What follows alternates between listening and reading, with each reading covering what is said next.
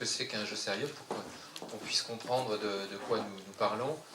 Un jeu sérieux, c'est tout simplement utiliser les ressorts ludiques des jeux vidéo, qu'on utilise dans les jeux vidéo, pour l'appliquer à une thématique sérieuse. Donc, serious game, hein, on est vraiment sur le jeu sérieux. Donc, c'est beaucoup utilisé pour sensibiliser à certaines thématiques, pour former de plus en plus, donc de façon ludique. Et également, certaines entreprises l'utilisent pour tout ce qui est commercialisation de produits, tout ce qui est pour des démarches globales qui s'adressent plutôt à un large public.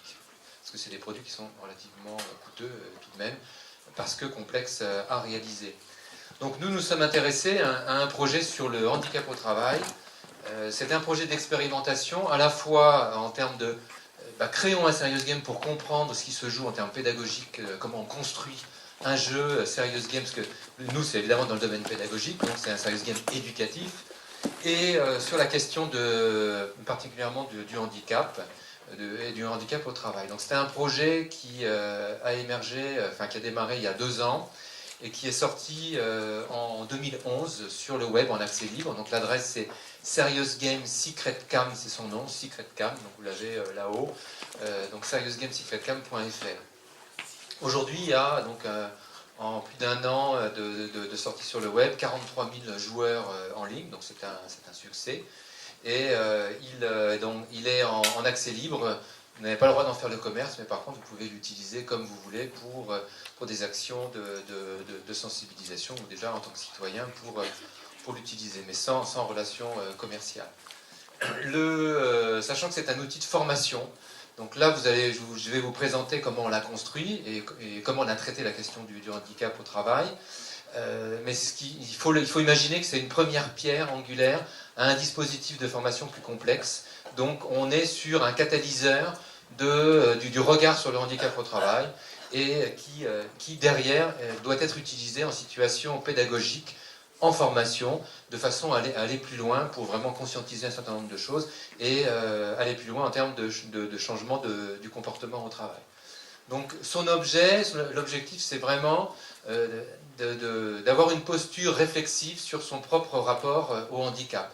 Donc on ne se met pas à la place de personnes handicapées, dans beaucoup de jeux c'est le cas, nous c'est pas l'idée.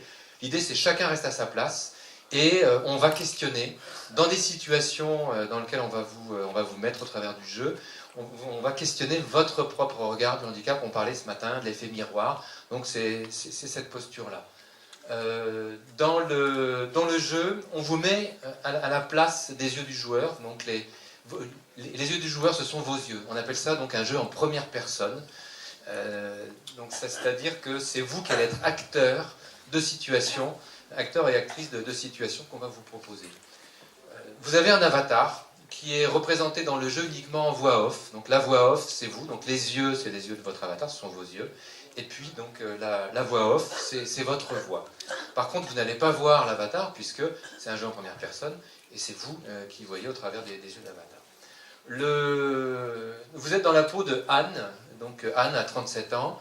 Et donc c'est sa voix off qui va être votre voix. Elle arrive dans une entreprise. Elle est toute nouvelle. Elle vient d'être embauchée. Et elle est dans le service communication. Et il s'agit dans le service de communication de réaliser un salon professionnel. Et elle est chargée d'organiser le prochain salon professionnel. C'est-à-dire que déjà la première chose, c'est qu'on ne traite pas la question du handicap de front pour éviter la stigmatisation. Il ne s'agit pas d'intégrer un collègue nouvellement embauché qui est en situation de handicap. Il ne s'agit pas du tout d'avoir ce point de vue-là. Le point de vue, c'est réaliser une action dans un métier particulier, réaliser une activité dans une entreprise, et la question du handicap va être transverse à l'ensemble des missions, comme tout type d'autres attributs personnels viendraient donc questionner à un moment donné une organisation. On n'est pas du tout sur... beaucoup on se décentre sur la question des serious games. On n'aborde pas forcément une question de front, de façon à faire réagir. Ce projet, avant d'aller dessus, et vous montrer un peu plus concrètement comment ça marche, s'est posé la question de l'objectivation des contenus, que ce ne soit pas ma propre représentation ou celle de ceux qui ont participé à la conception dans mon service. C'est un jeu maison, hein, complètement créé par le pôle TIS. Donc du coup, la question de l'objectivation nous a amené à penser un projet collectif. Un projet collectif avec 19 partenaires qui a embarqué l'ensemble des personnes concernées par la chaîne de l'insertion, on va dire, des personnes handicapées au travail. Donc il y avait évidemment des personnes handicapées, tout type de handicap, qui étaient mobilisées sur ce projet. Il y avait donc la GFIP, il y avait des conseillers insertion donc, professionnels en entreprise, il y avait des psychologues, des éducateurs spécialisés, des associations d'accompagnement du handicap, et puis des DRH d'entreprises, puisqu'il s'agit bien de situations de handicap au travail, donc des référents handicap et diversité d'entreprises. On était un groupe de 20 personnes, en tout 19 partenaires, et nous avons travaillé en théâtre forum au début du jeu pour construire le scénario. Théâtre forum, c'est on décide par exemple de faire une séance, on prend une problématique, on la joue entre nous, et à la fin on fait forum. Ça veut dire que nous on la joue là, par exemple à 4-5, c'est pas des acteurs, hein, c'est des vrais gens, même si les acteurs sont des vrais gens aussi. Et vous nous dites ce que vous avez vu, comment vous auriez changé les choses.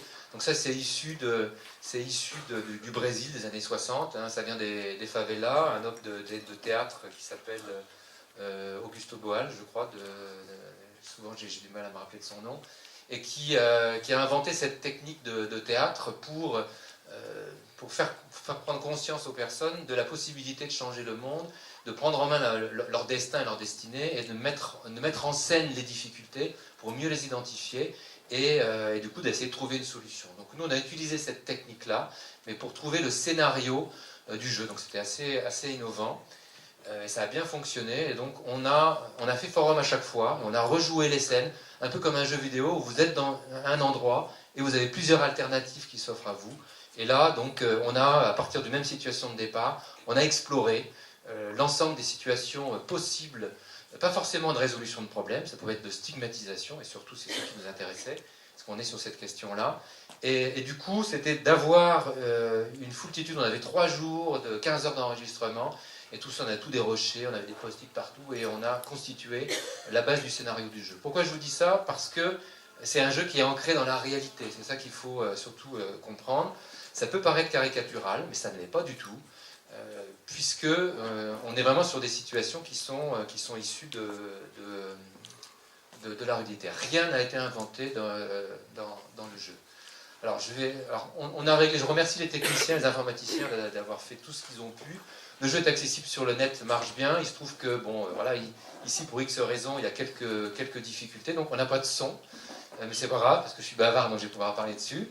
J'aurais voulu vous montrer la première scène, mais du coup, je vais vous la faire, on va la voir, mais je vais vous la commenter en direct. Donc, on y va.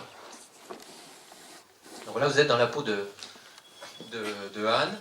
Donc, volontairement, la démarche est un peu bancale. On n'est pas sur une image, forcément, on ne cherche pas la qualité, parce que c'est que ce soit le plus réel possible. Donc, Anne, elle arrive dans l'entreprise, et puis on va découvrir, ça c'est la première vidéo du jeu, où on découvre du coup les différents personnages du jeu. Alors, ce qui est intéressant, c'est de considérer que ces personnages, comment on les a construits. Alors déjà, c'est un jeu en vidéo. Vous attendiez peut-être à avoir un jeu en image de synthèse. Souvent, on dit jeu vidéo, on pense image de synthèse. L'intelligence du projet, peut-être, a été de dire on va utiliser des comédiens professionnels. On voulait se rapprocher au maximum d'une réalité. Et donc, la vidéo nous semblait un point de vue assez intéressant, parce qu'on ne s'adresse pas à des joueurs de jeux vidéo, on s'adresse derrière à tous les salariés des entreprises, c'est le public cible, tous les salariés, pas seulement le management des organisations, mais parce que ça concerne évidemment l'ensemble du quotidien des collaborateurs. La stigmatisation, ce n'est pas uniquement le management, ça peut être le quotidien donc, de tout le monde. Donc le jeu, on a des personnages qui portent, chacun d'eux porte un stéréotype de la stigmatisation du handicap. Ici, donc, c'est Emma dans le jeu. Emma, c'est la compassion exacerbée. On en parlait ce matin, la compassion exacerbée, c'est compliqué, la compassion. La compassion, c'est un sentiment humain tout à fait louable. Par contre, jusqu'où la relation d'aide doit-elle s'arrêter? Comment, moi je dis toujours faire à la place d'eux et faire avec. Ce matin, c'était faire pour et faire avec, c'est la même chose. Donc, comment la limite à un moment donné où on fait à la place d'eux au lieu de faire avec. Et donc, Emma, elle porte ce stéréotype où, dans le jeu, elle est assez consensuelle et donc on observe les comportements du joueur, et même si c'est complètement anonyme, on a un petit logiciel qui nous permet de voir les comportements, et les gens vont beaucoup vers Emma. Sauf que si on continue, je vous dis des choses, vous jouerez, mais je vous donne certaines clés quand même, enfin j'espère que vous jouerez. Emma, si on continue vers Emma, à un moment donné, on va dans le mur, parce que Emma, plus ça va, plus elle confond effectivement faire avec et faire à la place d'eux. Donc ça c'est le premier personnage. Le second personnage dans le jeu, donc c'est Simon. Donc Simon, lui, il symbolise l'exclusion délibérée. Donc lui, les personnes handicapées, c'est un poids supplémentaire pour lui. Forcément, c'est des gens qui sont incompétents. Forcément, ça va lui donner du travail supplémentaire. Or, il est un peu, c'est pas qu'il est fainéant, mais il n'a pas trop envie qu'on vienne l'embêter dans son quotidien au travail. Donc lui, c'est l'exclusion délibérée. Il ne comprend pas pourquoi il a des collègues en situation de handicap. Le troisième personnage, donc c'est Yasmina. Il est râleur. Donc là, le café, il n'aime pas. Enfin, bon, après, on leur donne une vie à ces personnages-là. Ensuite, c'est Yasmina. Yasmina, elle, c'est l'indifférence. Donc, le problème, c'est que l'indifférence, c'est aussi de nier c'est l'indifférence vis-à-vis de la question du handicap. Donc c'est aussi jusqu'à nier les difficultés que peuvent avoir les personnes en situation de handicap. C'est pas parce qu'effectivement on considère que le handicap est un attribut comme un autre et que pour autant il s'agit de nier les difficultés que peuvent avoir les personnes handicapées. Donc on est bien sur cette question-là de montrer que cette notion d'indifférence ne doit pas nier la question du handicap. Et puis il y a le quatrième personnage qui est Jean. Donc Jean, il est tout nouveau dans l'entreprise, également, comme vous, comme vous, joueurs. Ce qui est intéressant, c'est qu'il n'y a pas du tout d'affect, il n'y a pas d'histoire. Vous découvrez le jeu en même temps que vous arrivez dans l'entreprise, donc c'est assez cohérent en termes de scénario. Et puis Jean, c'est pareil, Jean, personne ne le connaît dans l'entreprise, donc il n'y a pas d'histoire, il n'y a pas de relation déjà entre les personnes, donc tout ça, ça va être en découverte. Son handicap, il est non visible, donc ça c'était intéressant d'aller sur ce handicap-là. Pourquoi? Parce que le point de vigilance sur la stigmatisation, c'est qu'on ne voulait pas prendre un handicap en particulier, on voulait aussi casser un certain nombre de stéréotypes que le handicap c'est forcément le handicap moteur, ou c'est visuel, ou c'est la surdité, et d'aller voir que sur le monde de l'entreprise, le handicap non visible c'est 80% des handicaps, donc ça nous intéressait d'aller sur ce terrain-là. Et en plus, on ne voulait pas donner d'être maladroit nous-mêmes en faisant un jeu qui allait montrer au travers d'une personnalité, d'un personnage du jeu, par rapport à une pathologie, ce que pouvait être le handicap. Donc Jean, on ne sait pas ce qu'il a.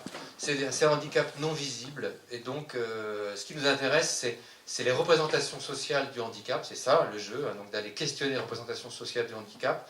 Donc, ce n'est pas tellement ce qu'a Jean, mais ce qui nous intéresse, c'est comment les autres autour de lui, par rapport à ces trois stéréotypes qui sont portés, comment ils vont réagir et d'aller faire ressortir un certain nombre de comportements, encore une fois, qui peuvent paraître caricaturales, mais qui ne le sont pas. Et on va y venir un petit peu plus loin. Et donc, du coup, d'aller faire effet miroir en se posant un certain nombre de questions.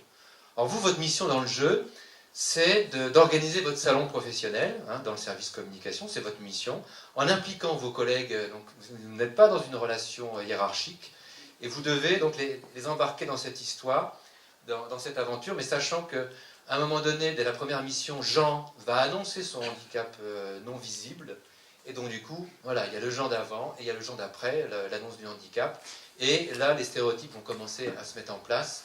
Et du coup, ces stéréotypes vont être plus ou moins bloquants dans la conduite de la mission par rapport à un certain nombre d'objectifs qu'on va vous demander de faire donc, sur les 4 missions du jeu. Le jeu dure 40 minutes à peu près.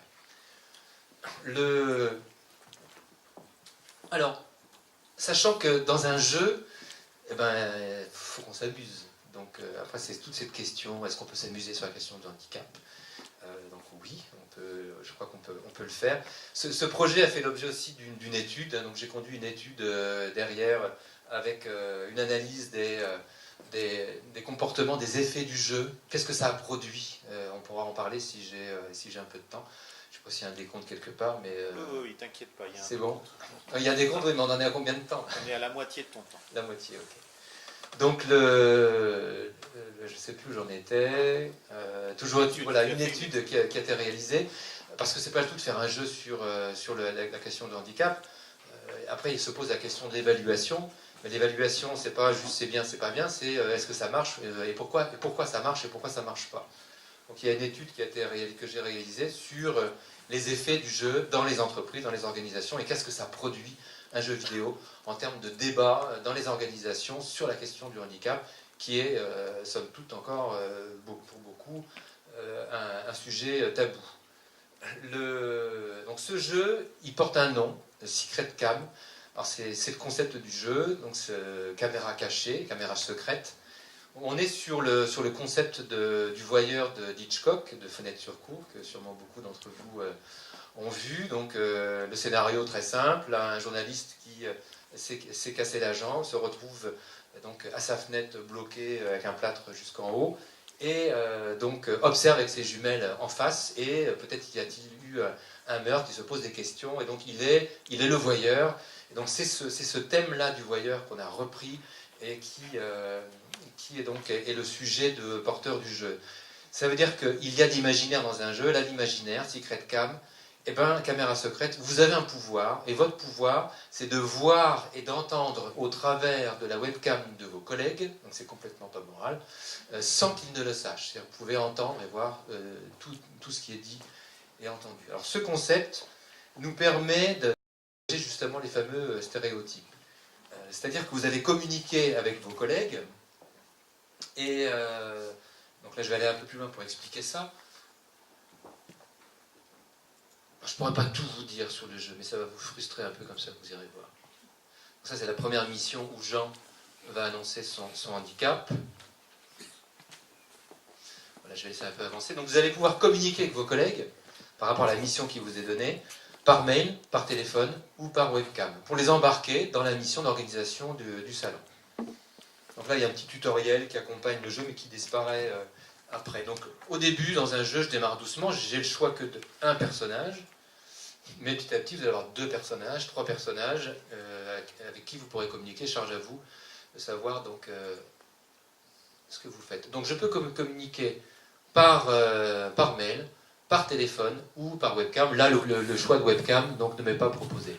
Si je choisis donc, le mail, c'est-à-dire que je vais envoyer un mail à quelqu'un et je vais voir sa réaction ensuite derrière. Alors comment ça se passe quand je fais un choix? Il faut avoir beaucoup de choix dans un jeu.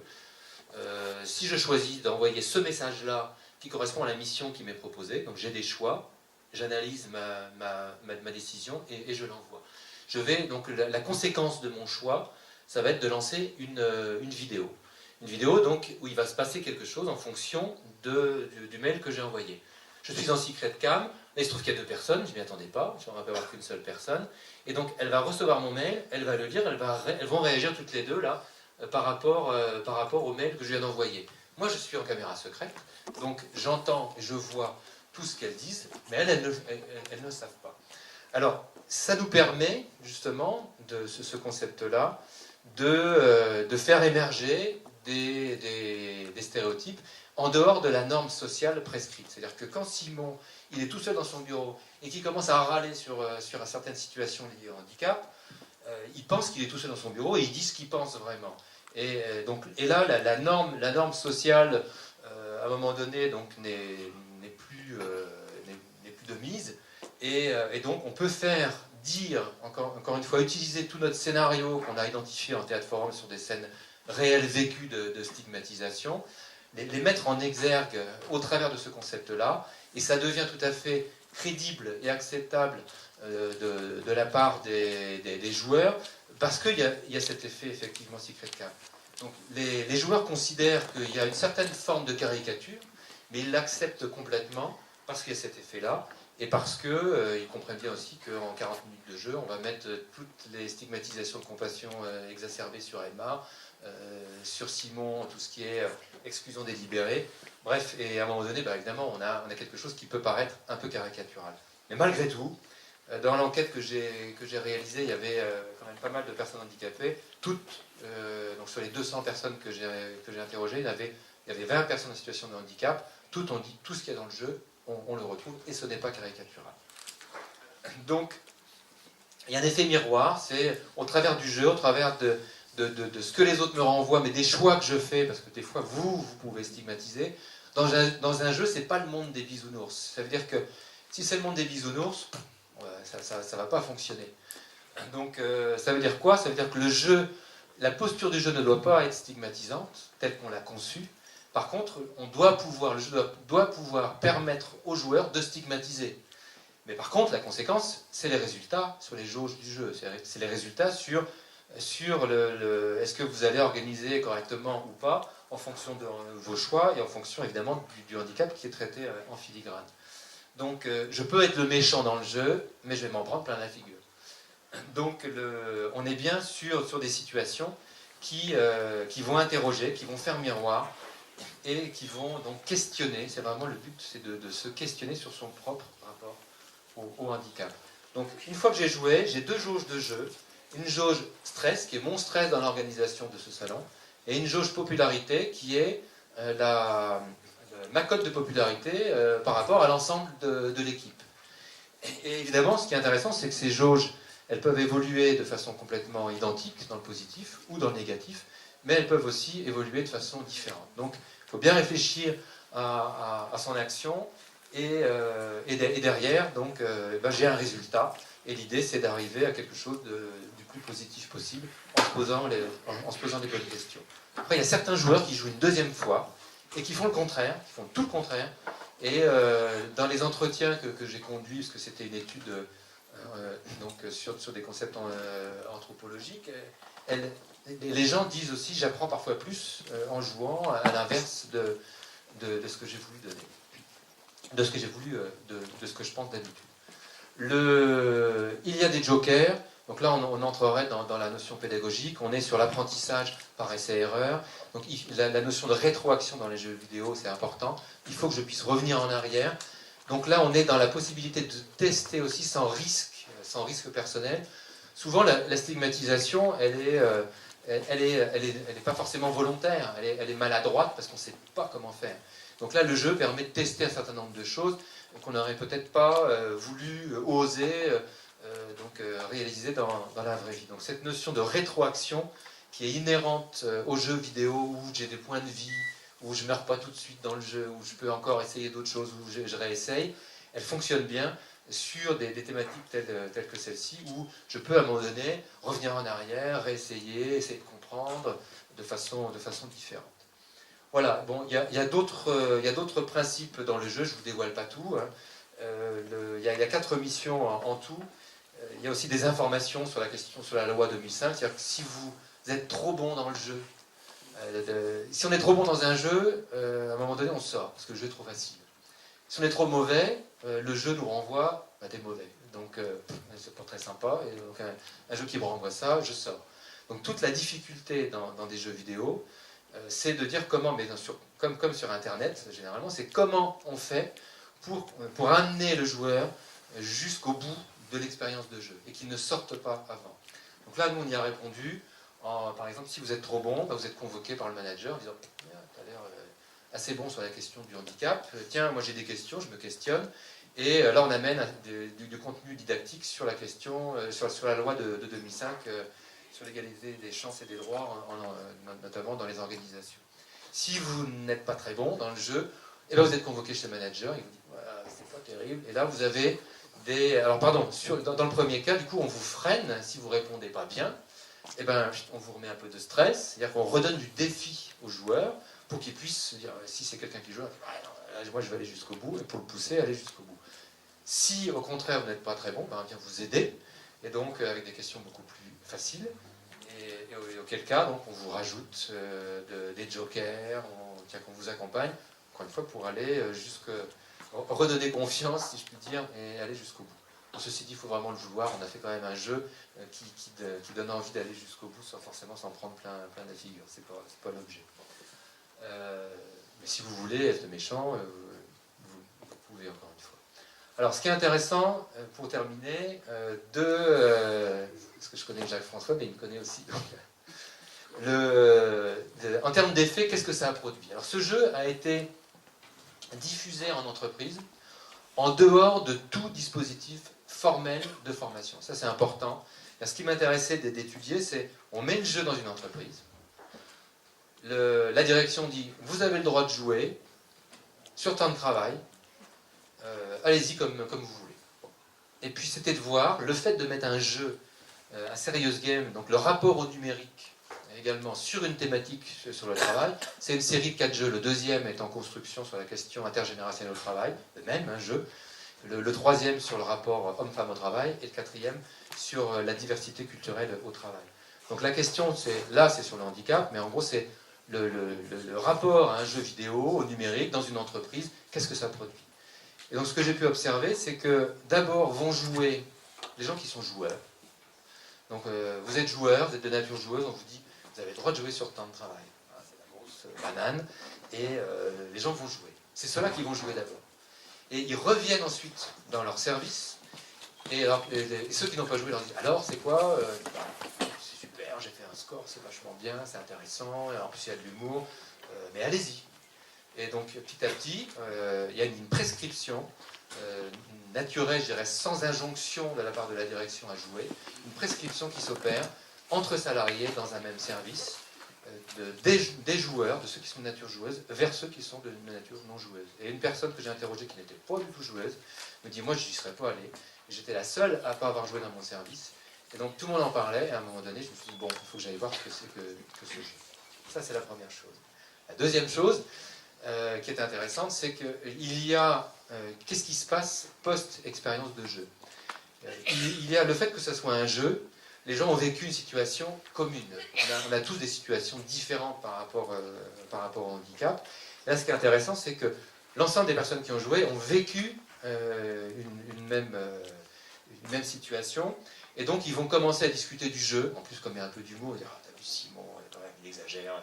Et ils vont parler, en fait, on passe de la forme au fond.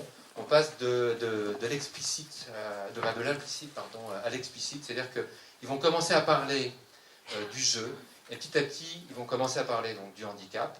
Et à un moment donné, même quand on met le jeu, ça c'est le troisième point, quand on met le jeu en situation collective de jeu ou de gens qui ont joué, et qu'on commence à en débattre, et ben, au bout de 5-10 minutes, ils ne parlent plus du jeu, ils sont en train de parler de leur propre rapport au handicap, et même des fois, avec l'impression un peu d'avoir le voile caché, parce qu'ils s'appuient sur des situations du jeu, mais le débat, il ne porte plus du tout sur le jeu. À un moment donné, on est en train de parler du rapport au handicap en entreprise. Donc, en conclusion, c'est que l'idée, c'était de montrer que ça puisse être un bon outil de catalyseur de la réflexion. Et il ne se suffit pas lui-même, c'est-à-dire qu'on peut très bien ne pas comprendre du tout ce qu'il y a dans le jeu et passer à côté parce qu'on n'a pas envie de voir.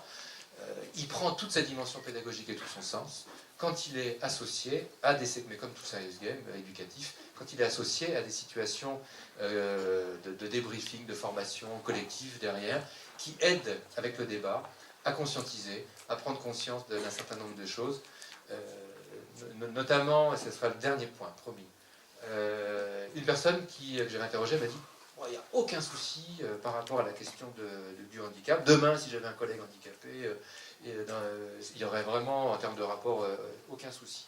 Et puis, au fil de l'entretien, est venue la question du handicap non visible. Et cette même personne, à un moment donné, me disait ah ouais, mais on ne sait pas ce qu'il a. Au moins, s'il avait un handicap visible, le contrat serait clair, en quelque sorte. Là, je ne sais pas ce qu'il a. Est-ce qu'il est vraiment handicapé? Jusqu'où il est handicapé? Est-ce qu'il n'est pas en train de nous mentir parce qu'il a envie qu'on bosse à sa place, etc. Et là, on voyait qu'il y avait, comme s'il y avait besoin effectivement d'avoir une justification plus importante par rapport à un attribut particulier, s'il était connu des autres salariés. Donc on voit bien qu'il y a un gros boulot, effectivement, en termes de déconstruction, de représentation autour de cette question du handicap, qui n'est pas simple, hein, effectivement, en termes sociétal. Mais du coup, c'est un jeu qui permet effectivement d'aller un peu plus loin en termes de catalyseur, accompagné, évidemment, accompagné par des experts de la question. Voilà. Merci beaucoup, François. Je te pose une petite question de précision. Tu parles de jouer en entreprise, etc. C'est quel type d'entreprise et combien de personnes, en gros, se sont prêtées au jeu, justement?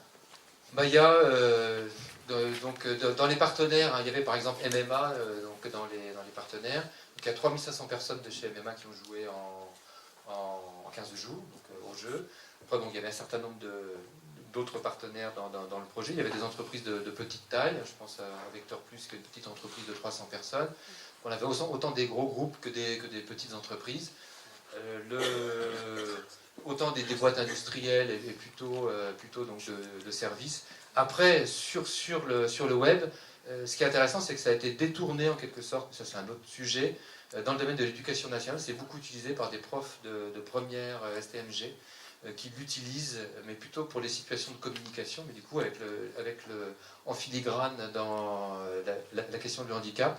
Et il est en train dans toutes les académies, là, il est vraiment beaucoup utilisé avec des enseignants qui ont créé des activités pédagogiques à base du jeu Secret Cam. Donc il y a une communauté Secret Cam qui est en train de s'organiser et qu'on essaye de structurer sur l'ensemble. On va essayer de Et deuxième question, prochain étage de la fusée, c'est un Secret Cam 2, Secret Cam le retour. Eh ben, il est sur la question des intergénérationnels. Voilà. Celui-ci, il a été lauréat d'un certain nombre de projets ou nominés. Il a été nominé en 2013, en février, par le Conseil national du handicap, ou sur les trophées accessibilité. Vous devez peut-être connaître ce trophée-là, donc trophée accessibilité du Conseil national du handicap. Il a été nominé dans la catégorie communication, donc il n'a pas été lauréat. Mais déjà d'avoir été nominé, c'était très bien. Donc tu pourras nous montrer en différé, vous pouvez jouer en ligne et faire partager autour de vous. Moi, ce que j'en retiens en tout cas, et si vous avez une ou deux questions, on a juste le temps d'une ou deux questions, pas plus. Ce que j'en retiens en tout cas, c'est que ici, à la différence de cas qui ont été présentés ce matin, on n'est pas en train de parler du numérique comme aide, on est en train de parler d'une part des questions de la connaissance et de l'expertise par rapport à toutes les technicités qu'il faut embarquer pour comprendre les questions du handicap. Et en l'occurrence, c'est des technicités, on va dire, y compris dans les champs professionnels, y compris juridiques, y compris, etc. Donc, regard sur la complexité. Et puis d'autre part, l'effet miroir, c'est-à-dire le fait que les personnes handicapées auprès de qui tu as enquêté et qui ont participé au processus se sont reconnues dans les ressentis et que d'autre part, il y a eu aussi un effet miroir, un effet de réflexivité de la part des gens qui se sont prêtés au jeu, donc c'est tout à fait précieux. Tout à fait, d'avoir le numérique comme médiateur de ça. Les gens ont dit que ça va changer mon regard sur le handicap très clairement. Il y a eu des prises de conscience déjà au niveau individuel. Encore une fois, il faut aller plus loin au niveau collectif pour qu'on conscientise plus tout ça par le débat. Une ou deux questions si vous voulez, et sinon vous pourrez les poser en différé à François Calvez. Oui.